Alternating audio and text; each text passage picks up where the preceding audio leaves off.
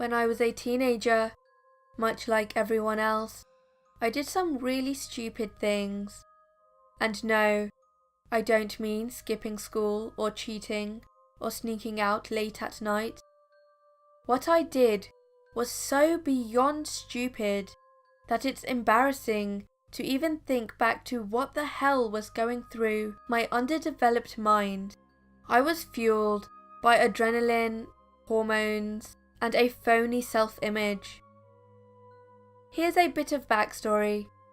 I used to live in a village-type place. I mean, cobblestone roads, tiny stone buildings that resembled cottages, bicycles galore, and warm, orange-toned street lamps. The only thing that was different from any normal village you'd imagine is that it was bustling with people, and it connected to another village with a large, dense forest in between us. There was a makeshift trail that people would travel to go back and forth. Along that trail, in the midst of this creepy expanse of trees, was a small clearing. That clearing was home to a concrete structure that was overgrown with ivy and weeds and painted with broken windows and graffiti. On the left, there was a tall pole with a huge black chipped bell on the top. A chain connected the bell, but cobwebs clung like no one had even breathed near it in decades. All in all, it was one of the places you'd see and go, nope, not today.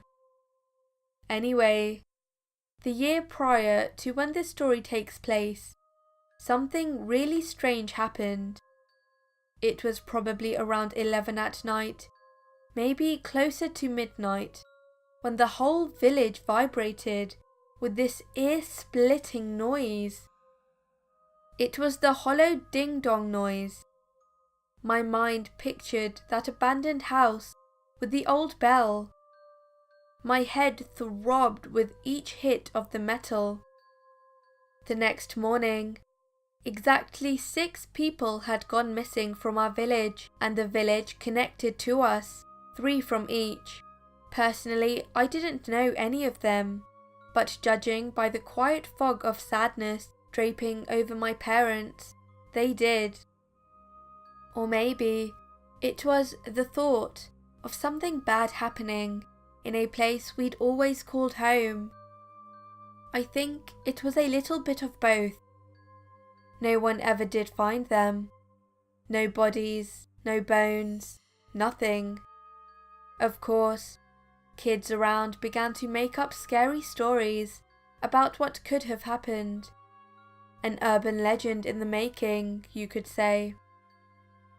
I was interested, not because I thought it was true, but because I thought it would make me seem brave and desirable.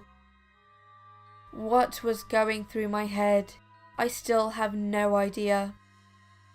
Exactly 1 year later, on the same date, at the same time, that bell rang out again. This time, I wasn't focused on the way my head ached with the sound, but the way it made my stomach drop and my hair stand on end. It rang out for about 3 minutes before the night fell dead silent. So silent, in fact, that I could almost hear the sound of everyone's hearts racing. I could taste the worry floating in the thin air. The next morning, another 6 people were missing, 3 from each village. Safe to say, this caused a mass panic. Now, when something repeats like that, it's no longer a tragic coincidence. It means something. It means danger. My young mind, along with my friends, thought it meant fuel to the fire of our soon-to-be urban legend.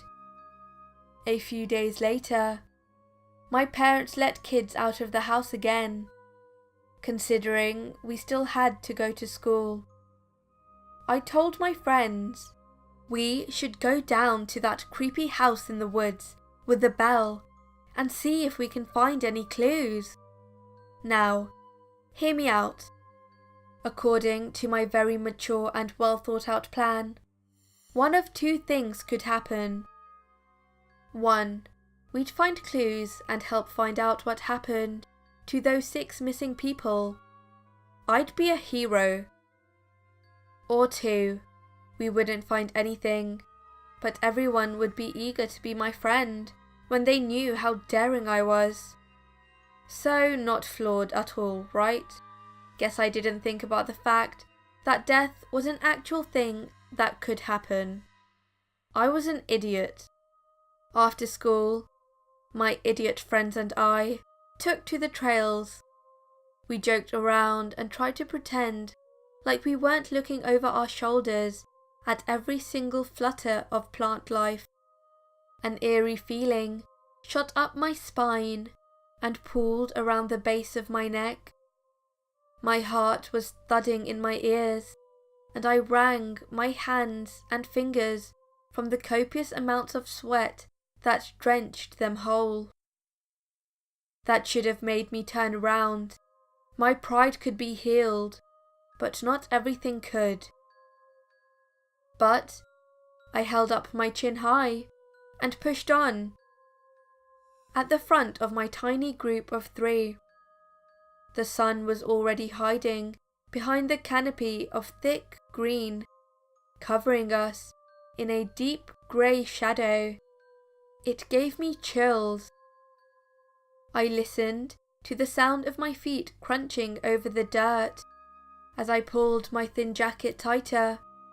As we neared closer to the opening, I could smell a thick, coppery scent. Has someone already been out here to check this place since the people vanished? I asked, looking back. Dunno, my friend said, shrugging his shoulders. I'd think so, wouldn't you? I just nodded, trying to remember if I'd heard anything about people coming out to search, but I didn't recall anything. They would have already started looking, wouldn't they? If there was anything here, they would have seen it already.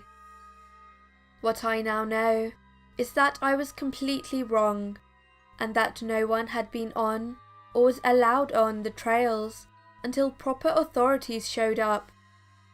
Our village had sent out an emergency call to surrounding towns, who were to be there the following morning to investigate. To summarize, we were about to walk into ground zero for the first time since 6 people had disappeared from our village, and we had no idea. Pretty sure I was too busy imagining impossible heroic scenarios in my head to pay attention to that announcement. Can't say what kept my friends from knowing, though it was something similar. From where I was stood, I could see the building. I could see the bell. I sped up my steps, elongating the distance and crouching, like I was in some kind of movie. As I rounded the small curve, the opening came into full view. And even now, 16 years later, I can still feel the way my body shut down, the way my mind went fuzzy and my eyes locked, the weight of my feet, the void of my voice. I'd never been so absolutely terrified in my life. I haven't felt fear like that since. There in the field, in front of the building, were these creatures. They were grey, hairless, bones sticking out all over their tall, long bodies, eyes black, and their legs bent in ways they shouldn't. The texture of their skin was slimy, and I could see every stringy muscle beneath, each indent in the bent and crooked spine along their backs. One looked up at me, as I came to a complete stop. Its eyes locked with mine. Blood and visceral hung from its teeth. The others just continued to eat. They continued to eat. The sound of meat sloshing and bones crunching made my stomach turn. The smell of death engulfed the air. 1, 2, 3, 4, 5, 6. There were 6 of them.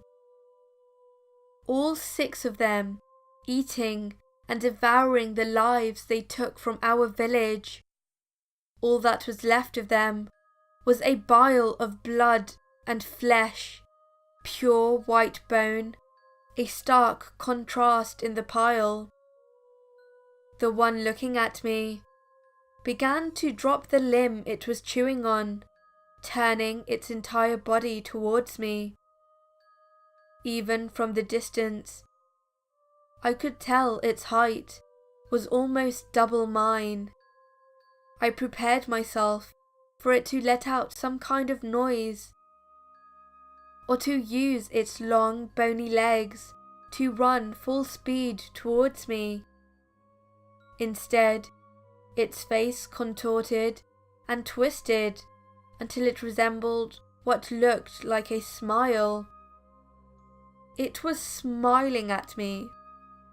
I don't know where the strength came from, but I took off running.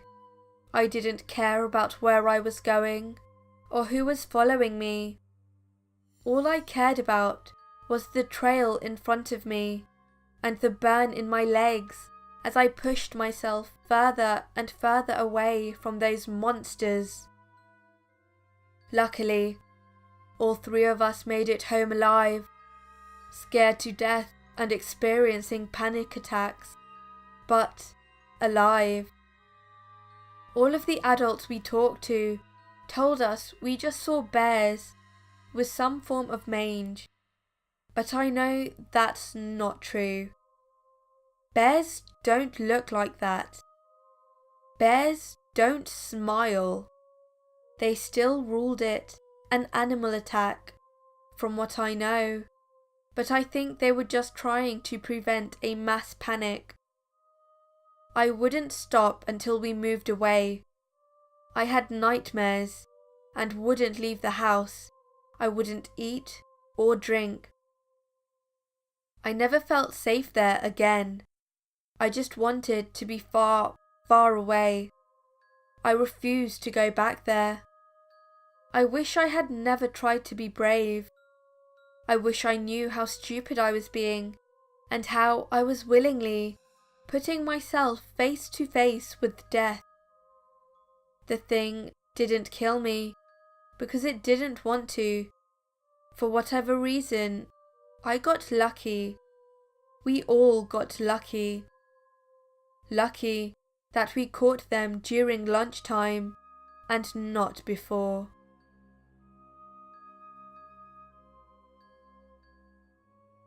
Hello everyone, SinisterShaf here. This story was They Rang the Dinner Bell by The Damaged. Thank you for letting me narrate your story. If you enjoyed this video, then please leave a like and subscribe if you have not done so already. Also, if you can, share this video with your friends.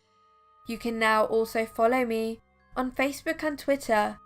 Links are in the description box below. Thank you for watching, and, as always, stay sinister.